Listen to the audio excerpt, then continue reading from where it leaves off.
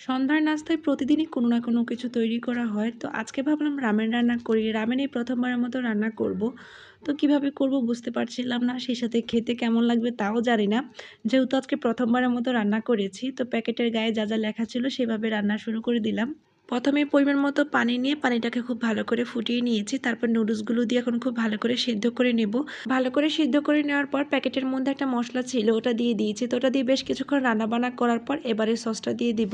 রামেনের main item হচ্ছে রামেনের এই সসটা। মূলত এই সসের উপর ডিপেন্ড করে রামেনটা আসলে কেমন লাগবে খেতে বা এর স্বাদ কেমন হবে। আর এই তো রান্না প্রায় শেষ হওয়ার একটু আগ মুহূর্তে সসটা দিয়ে দিলাম। ভেবেছিলাম একটু ঝোল ঝোল রাখবো, তো পরবর্তীতে রান্না করতে করতে কিন্তু ঝোলটা শুকিয়ে যায়। এই তো ঝটপট সহজেই রামেন রান্না করে ফেললাম, তেমন কোনো ঝামেলা নেই। রামেন সার্ভ করতে অনেকে অনেক কিছু ব্যবহার করে। আমরাও ভেবেছিলাম ডিম সিদ্ধ করে নিব, তবে ডিম সিদ্ধ করতে করতে একটু বেশি সময় লাগবে, এজন্য আর ডিম সিদ্ধ করা হয় না। ভেবেছি আজকে এভাবেই খেয়ে নেব। তবে পরবর্তীতে খালি রামেন খেতে একদমই ভালো লাগছিল না।